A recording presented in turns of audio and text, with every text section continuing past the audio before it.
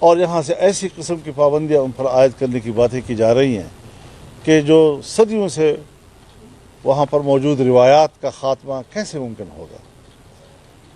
بہت سے زمانوں میں اس قسم کی کوششیں کی گئی لیکن وہ کوششیں نہیں کامیاب ہو رہی ہیں. غلام خان کے اوپر لوگ نکل آئے ہیں اور وہاں پر اضطراب ہے. جمروت کے اوپر لوگ نکل آئے ہیں, وہاں پر یہی اضطراب ہے کہ قدغنیں لگائی جا رہی ہیں عوام کے اوپر اور ان کو کوئی متبادل روزگار کی طرف کچھ بھی اشارے نہیں دیے جا رہے ہیں. تو یہ ساری صورتحال ہمارے ملک کی ہے.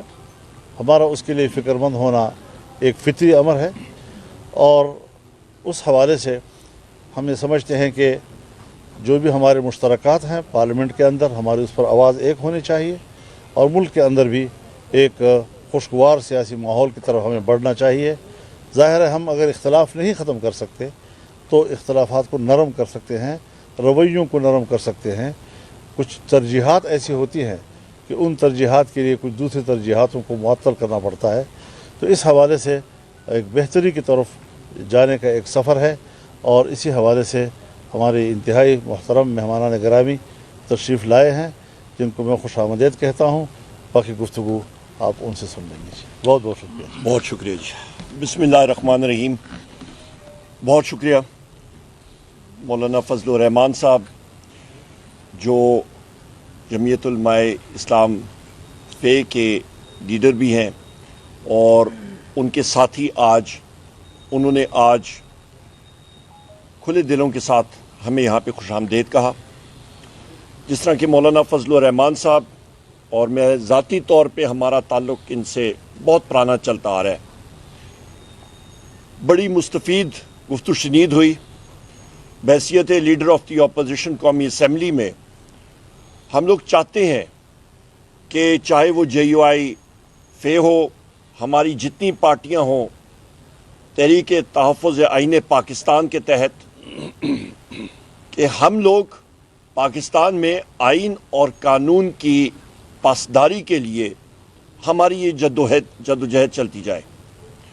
اور یہی میرے قائد جناب وزیر اعظم عمران خان صاحب کی بھی خواہش ہے, ہمارے تحریک قائد جناب اچکزئی صاحب کی بھی یہی خواہش ہے اور ہر ایک محب وطن پاکستانی کی بھی یہی خواہش ہے. یہ اس سلسلے کی کڑی ہے کہ آج بڑی طویل اور اچھی گفتگو ہماری ہوتی رہی اور یہ ہوتی بھی جائے گی آگے. JUI فے کا اپنا ایک سلسلہ, ایک جلسوں کا سلسلہ چل رہا ہے. تحریک تحفظ آئین پاکستان کا بھی ایک سلسلہ ہمارا اناؤنس بھی کیا ہے اور اس کو ہم لوگ انشاءاللہ عملی جامہ پہنا کے وہ جلسے بھی پورے پاکستان میں ہوں گے جس کا شیڈیول ہم نے جاری کیا. کنونشنز بھی پورے پاکستان میں ہوں گے. اہم بات یہ ہے کہ آج پاکستان میں آئین نامی کوئی چیز ہے ہی نہیں. آج آپ دیکھیں کہ پاکستان تحریک انصاف کے دفتر میں آج پریس کانفرنس بھی ہوئی. پریس کانفرنس کے بعد ہمارے ساتھی حماد حضرت صاحب آئے اور اس کے بعد اسلام آباد پولیس کا دھاوا جو سینٹرل آفس میں بولا گیا اس کی ہم لوگ شدید الفاظ میں مذمت کرتے ہیں. اسلام آباد پولیس بجائے اس کے کہ رؤوف حسن صاحب کے حملہ آوروں کا تعاقب کریں, جیو فینسنگ کریں, وہ انوسنٹ یعنی کہ بغیر کسی قصور والے شخص کے پیچھے, بے قصور شخص کے پیچھے لگے ہوئے ہیں. اس کی ہم لوگ مذمت کرتے ہیں. اس کے ساتھ ساتھ یہ بھی میں کہتا چلوں کہ چمن پہ جہاں پہ دھرنا ہو رہا ہے وہاں پہ ان لوگوں کے جائز مطالبات ہیں اور جس طرح کہ مولانا فضل الرحمان صاحب نے بھی کہا, فلور آف دا ہاؤس پہ میں نے اپنی تقریر میں کہا, میرے ساتھی میرے بھائی اسد کیسر صاحب نے بات کی, ان جائز مطالبات کے اوپر حکومت کو ضرور نظر ثانی کرنی چاہیے. بجائے اس کے کہ پاسپورٹ وہاں پہ استعمال کریں, وہ CNIC میں ہر وہ سیکیورٹی فیچر موجود ہے, اس کے اوپر ان کو اجازت ہونی چاہیے. وہاں پہ مارنگ بلوچ صاحبہ ہیں, ان کی پریس کانفرنس ہونی تھی کوئٹہ میں, ان کو نہیں کرنے دی. اسسٹنٹ کمشنر نے پریس کانفرنس کی جگہ کو سیل کر دیا, پریس کلب کو سیل کر دیا. کیوں؟ وہاں پہ اظہار رائے کی اجازت ہونی چاہیے. یہی حسن جمہوریت ہوتا ہے. اور ان اقدامات سے کوئی ملک مضبوط نہیں ہوتا, کمزور ہوتا ہے, جڑیں کمزور ہوتی ہیں, عدم استحکام ہوتا ہے. اور اس چیز کی ہم لوگ شدید مزاحمت کرتے ہیں.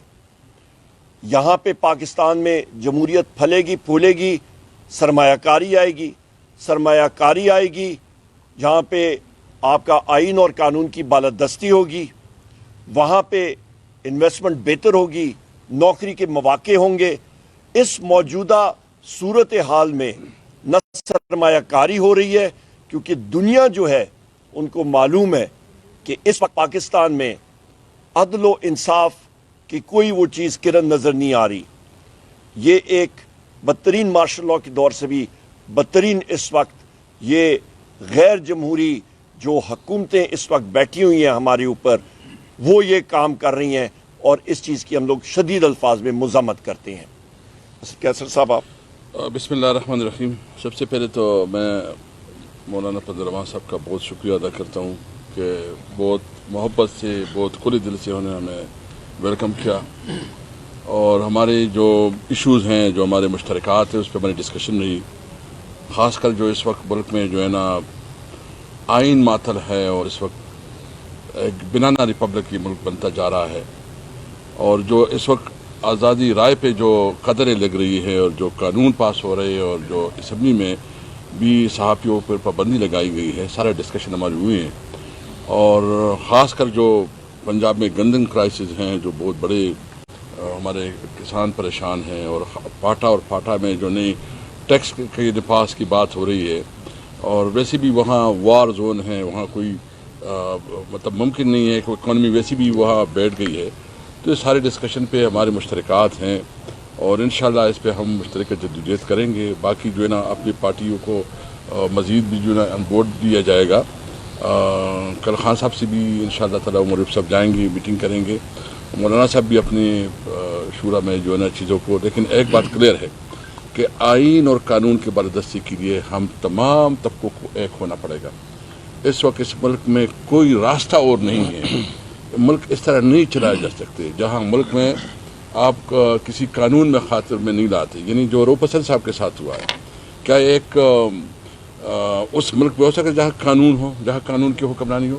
یہ تو کلیئر میسج دیتے ہیں کہ اس ملک میں طاقت کا قانون ہے, جنگل کا قانون ہے. تو اس کو ہم مذمت کرتے ہیں, اور انشاءاللہ تعالی مولانا صاحب کو تو اللہ تعالیٰ نے بڑی ایک ہمت دی ہے, طاقت دی ہے, اور ہماری خواہش ہے کہ اس طاقت اور اس ہمت کو ہم اس ملک کے لیے, قوم کے لیے استعمال کریں. اور یہ جو اس وقت جنگ جاری ہے, یہ صرف کسی حکومت کو گرانے, کسی کو لانے کی نہیں ہے, بلکہ قانون کی عملداری قائم کرنے کے لیے ہے. تو انشاءاللہ تعالی ہم امید رکھتے ہیں کہ جدوجہد میں ہم آگے بڑھیں گے, اس ملک کو اس کرائسس سے نکالیں گے. ملک تب آگے بڑھے گا جب ملک میں قانون اور آئین کی حکمرانی ہوگی, تب اکانومی اسٹیبل ہوگی. جب تک ملک میں آئین اور قانون کی حکمرانی نہیں ہوتی تو کوئی تصور نہیں کر سکتا کہ یہاں اکانومی بوسٹ ہو جائے گی. میں ساجد صاحب اگر دو بات کر لیں پھر. بسم اللہ الرحمن الرحیم. ترین سے دل تراشی, دل تراشی. بسم اللہ الرحمن الرحیم. تحریک تحفظ آئین پاکستان کی جانب سے ہم اسد قیصر صاحب کی سربراہی میں اور عمر ایوب صاحب کی قیادت میں مولانا صاحب کے پاس آئے تھے, حاضر ہوئے تھے. سب سے پہلے تو میں بلوچستان نیشنل پارٹی کی طرف سے, اس الائنس کی طرف سے مولانا صاحب کے بہت مشکور ہے کہ انہوں نے بڑے کھلے دل کے ساتھ ہمیں یہاں پہ ویلکم کہا. ان کے پارٹی کی دوسری قیادت کے ساتھ ہی جتنے دیر ہم بیٹھے رہے, عمر ایوب صاحب نے تفصیلاً اس پہ بات کی, قیصر صاحب نے بات کی, کوئی اس طرح کا ایک نقطہ نہیں رہا کہ جس پر ہمارے اور مولانا صاحب کے بیچ کوئی فرق ہو. ایک پوائنٹ پہ تو سب سے زیادہ اتفاق تھا کہ ملک جو لاقانونیت کی طرف گئی, یا کہ آئین جو معطل کیا گیا, آئین کی حکمرانی اس ملک کو یکجا رہنے کے لیے سب سے ضروری ہے. بلوچستان کے حوالے سے بات کی, میں اتنا کہوں گا کہ چمن پرلت کی بات ہوئی, بارڈر کی بات ہوئی. گوادر پہ اس وقت گوادر شیر کو سی پی کے نام پہ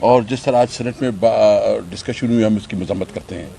عدلیہ کے اوپر یہ حملہ ہے اور ہم سمجھتے ہیں کہ سپریم کورٹ کی جو پروسیڈنگ ہو رہی ہے اس کو جو ہے نا کل کرنے کے لیے, اس کو دباؤ کے سبوتاج کرنے کے لیے سب کچھ ہو رہا ہے.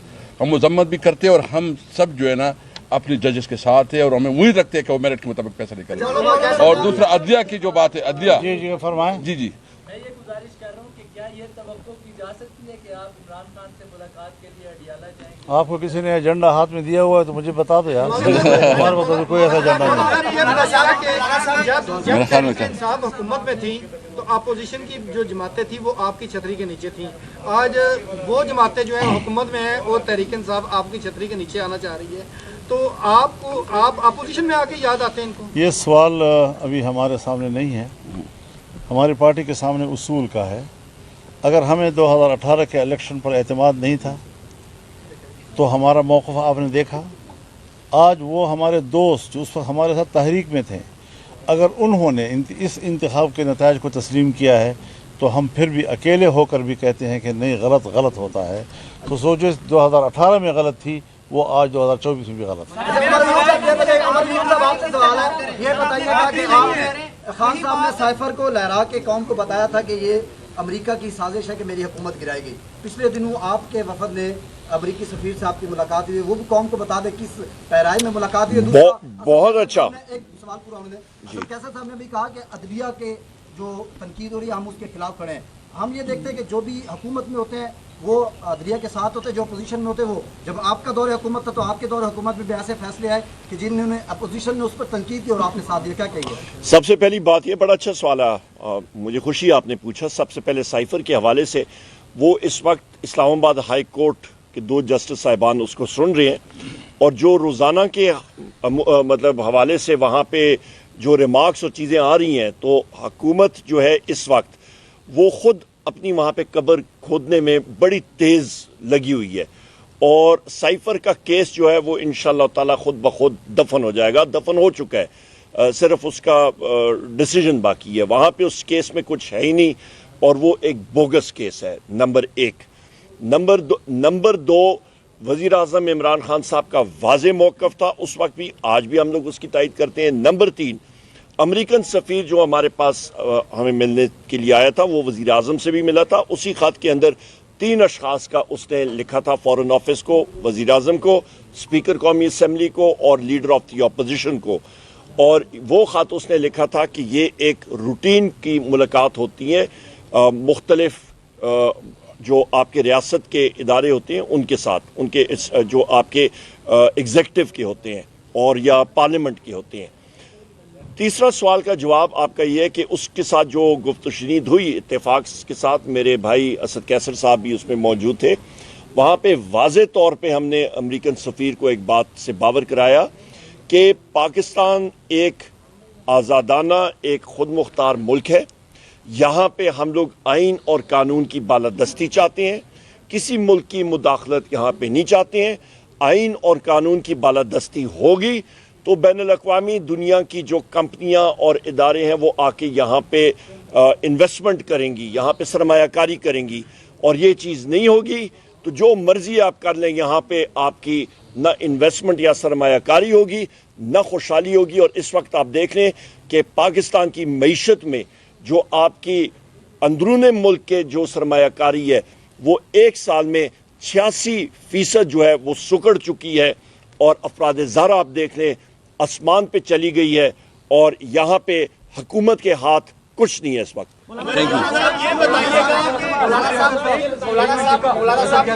صاحب کا فاٹا میں صرف 7 ٹارگٹ کلنگ کے واقعات ہوئے ہیں, اس کے علاوہ اسلام آباد میں بھی شیم میل نے مطلب جس طرح کے پی ٹی آئی کے ترجمان پہ حملہ کیا ہے. تو اس طرح کی یہ جو چیزیں چل رہی ہے, تو کیا آپ کے خیال میں موجودہ حکومت اور باقی جتنے بھی سیکورٹی کے ادارے لوگوں کے تحفظ میں مکمل طور پر ناکام ہیں؟ رؤوف حسن صاحب کے اوپر جو حملہ ہوا ہے, سب سے میں اس کی مذمت کرتا ہوں. اور بالکل عمر ایوب صاحب کی بات صحیح ہے کہ بجائے اس کے کہ اس پر حملہ کرنے والے مجرموں کا پیچھا کیا جائے, ان کو گرفتار کیا جائے, ان کو کیفر کردار تک پہنچایا جائے, انہوں نے وہاں پر ہمارے کارکنوں کو گرفتار کرنے کے لیے چھاپے مارے. تو یہ مناسب باتیں نہیں ہیں, اور یہ جمہوریت اور جمہوری آزادی اور